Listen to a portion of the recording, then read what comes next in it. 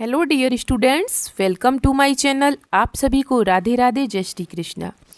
बेटा, ये पेपर है आपका कक्षा 5 का हिंदी का। ये द्वितीय भाषा का पेपर है आपका। ठीक है, प्रथम भाषा का मैं करवा चुकी हूँ। तो सभी बच्चे अपना पेपर चेक करेंगे कि हम आप सब कितना सही करके आए हैं और कितना गलत। ठीक है, ये जो अभी आपकी परीक्षा हुई है एमपी बोर्ड परीक्षा 2026 उसका पेपर है। तो चलिए सब बच्चे मिलाते हैं कि आप कितना सही और कितना गलत करके आए हैं। ठीक है, और सभी मुझे कमेंट बॉक्स में बताएंगे कि आपके कितने नंबर आए हैं। समय आपका 2.5 घंटे था। ये कक्षा 5 का हिंदी का पेपर है, द्वितीय भाषा का। तो सबसे पहले हमारे बहुविकल्प आए थे, जैसा कि मैंने आपको मॉडल पेपर और सॉल्व पेपर में करवाया था, उसी प्रकार का पेपर आया है बिल्कुल। प्रश्न 1, डॉक्टर अब्दुल कलाम किस संवैधानिक पद पर रहे बेटा? राष्ट्रपति पद पर। ठीक है। दूसरा, संविधान निर्माता किसे कहा जाता है? डॉक्टर भीमराव अंबेडकर को। तीसरा प्रश्न, सतारा स्टेशन जाते समय डॉक्टर भीमराव अंबेडकर रास्ते में तांगे से नीचे क्यों उतर गए थे? क्योंकि उन्हें अपने माता पिता की याद आ गई थी। तो ये तीनों प्रश्न आपके सही हैं या गलत, आप जरूर मिलाएं। ठीक है। उसके बाद आता है हमारा प्रश्न 4, मिट्टी शब्द के पर्यायवाची के रूप में कौन सा शब्द प्रयोग किया जाता है? मिट्टी मतलब मृदा। प्रश्न 5, उद्याने क संति, उद्यान मतलब बगीचा। बगीचा में क्या होता है? वृक्ष होते हैं। ठीक है। तो आपके ये पांचों विकल्प अगर सही हैं तो मुझे कमेंट बॉक्स में जरूर बताएं। उसके बाद बेटा आते हैं हमारे खालिस्तान।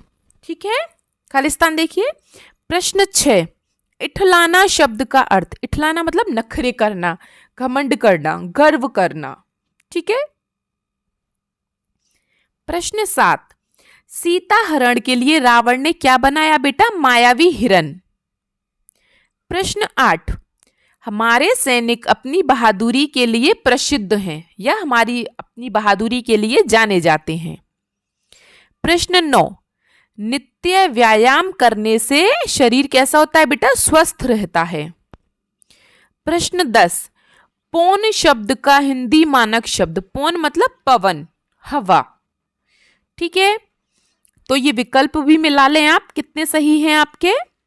उसके बाद आते हैं आपके अति लघु प्रश्न, जैसे कि प्रश्न 11, बुद्धिमानी शब्द का प्रयोग करते हुए एक वाक्य बनाइए। बुद्धिमानी से आप कोई भी वाक्य बना सकते हैं, जैसे राम ने अपनी बुद्धिमानी से काम लिया, या बीरबल समस्या का समाधान करने में अपनी बुद्धिमानी का उपयोग करता है, उसने बुद्धिमानी से काम लिया। कोई भी आप वाक्य बना सकते हैं, आपका सही होगा। प्रश्न 12, जिस शब्द से पुरुष जाति का बोध होता है उसे हम क्या कहते हैं? पुल्लिंग। ये सभी आपके 2-2 नंबर के हैं। प्रश्न 13, प्रेरक प्रसंग, कर्म और भावना। पाठ के अनुसार किस कार्य को करने से आरोग्य के साथ साथ स्फूर्ति और प्रतिभा मिलती है बेटा? परिश्रम। प्रश्न 14, ज्योतिबा फूले को महात्मा की उपाधि क्यों दी गई थी? समाज सुधार के कार्यों के कारण। देखिए, इतने छोटे छोटे प्रश्नों के आपके 2-2 नंबर मिले होंगे आपको, अगर आपने अच्छे से तैयारी की होगी और पेपर में करके आए होंगे तो। प्रश्न 15, नीचे दिए गए विशेषण शब्दों को भाववाचक संज्ञा में बदलिए। भाववाचक मैं आपको काफी बार करवा चुकी हूं, जैसे अच्छा का अच्छाई, चतुर का चतुराई, बुरा का बुराई। ठीक है। प्रश्न 16, बनवीर किसे मारना चाहता था बेटा? उदय सिंह को, जो मेवाड़ का राजकुमार था उसको। ठीक है, तो ये सभी आपके 2-2 नंबर के प्रश्न थे। अब आते हैं हमारे लघु प्रश्न, जो एक प्रश्न 3 नंबर का है। प्रश्न 17, सतारा स्टेशन जाते समय वे तांगे से नीचे क्यों उतर गए थे? देखिए, अभी विकल्प आया था ये वाला। क्यों नीचे उतरे थे वे? अपने माता पिता को याद करके। ठीक है, देखो इस छोटी सी लाइन के आपको 3 नंबर मिल गए। प्रश्न 18, निम्नलिखित के पर्यायवाची शब्द लिखिए। नदी, नदी का सरिता, तटनी। घर का ग्रह, सदन, भवन, मकान। सुता का पुत्री, बेटी। ठीक है, ये सब क्या है, पर्यायवाची आपके। इसके बाद आता है प्रश्न 19। ये पातालकोट वाला पाठ मैंने आपको काफी अच्छे से कराया है। पातालकोट की महिलाएं कौन कौन से आभूषण पहनती हैं? पातालकोट की महिलाएं बेटा मुख्य रूप से पारंपरिक आभूषण पहनती है, जैसे कानों में खुटियां, गले में सुतिया और हसली, हाथों में चूड़ियां और पैरों में बीछिया शामिल हैं। ठीक है, इसी प्रकार के आभूषण पहनती हैं वो। तो इसके आपको 3 नंबर मिल गए होंगे अगर आपने प्रश्न किया होगा तो। प्रश्न 20। आम के आम गुठलियों के दाम, इस कहावत का हमें अर्थ बताना है और वाक्य में प्रयोग करना है।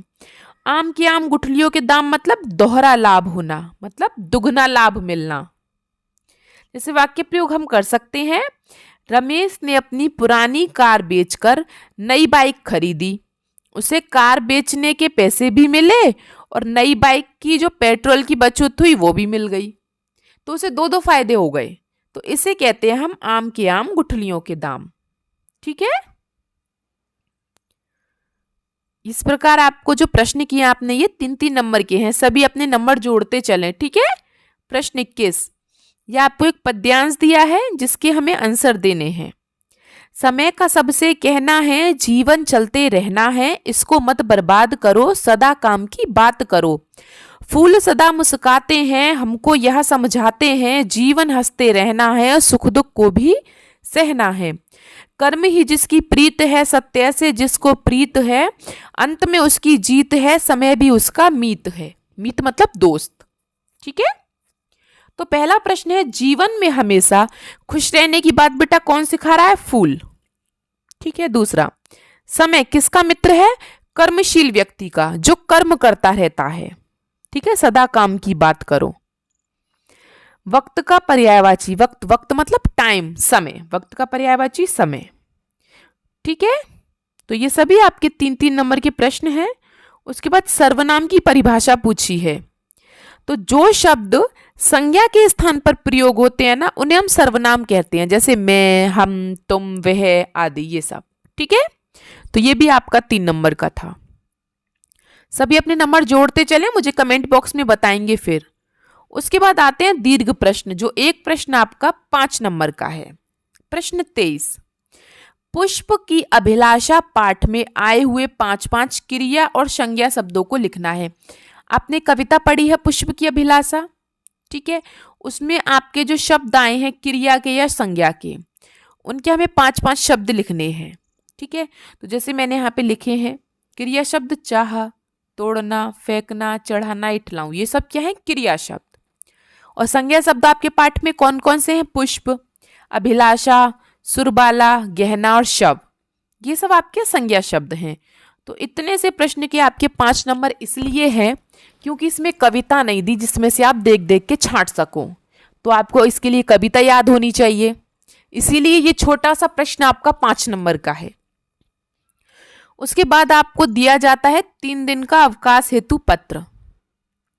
ठीक है, तो पत्र मैं आपको काफी बार करवा चुकी हूँ, जैसे सेवा में श्रीमान प्रधानाध्यापक महोदय, अपने विद्यालय का नाम, शहर का नाम, उसका विषय क्या है, आप पत्र किसके बारे में लिख रहे हैं।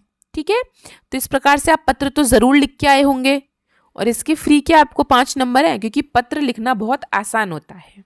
ठीक है, प्रश्न 25। शिक्षक बनने पर सावित्रीबाई फुले को कौन कौन सी परेशानियों का सामना करना पड़ा? तो सावित्रीबाई फुले को बेटा अपने पति ज्योतिबा फुले के साथ मिलकर लड़कियों के लिए स्कूल खोलने पर समाज के जो रूढ़िवादी लोगों का विरोध का सामना करना पड़ा। लोग उन्हें ताने मारते थे और उनके रास्ते में पत्थर, गोबर और कीचड़ भी फेंकते थे। ये पाठ भी मैंने आपको करवाया है। और हमें इसमें से 1 पर 5 वाक्य लिखने थे, चाहे आप मेरा विद्यालय पे लिख लो या मेरा प्रिय खेल पर या स्वच्छता के महत्व पर। ठीक है, जो भी आपका मन हो। बस ये है, जैसे कि मैंने पहले कहा था कि पेपर को कभी भी छोड़ के नहीं आना है कुछ भी। ठीक है, कुछ ना कुछ उसमें लिख के आना है क्योंकि हमें थोड़ा बहुत तो याद होता है। तो चलिए, आपके कितने नंबर आए हैं मुझे जोड़ के फटाफट से कमेंट बॉक्स में ज़रूर बताएं, और वीडियो कैसी लगी उसको भी ज़रूर बताएं।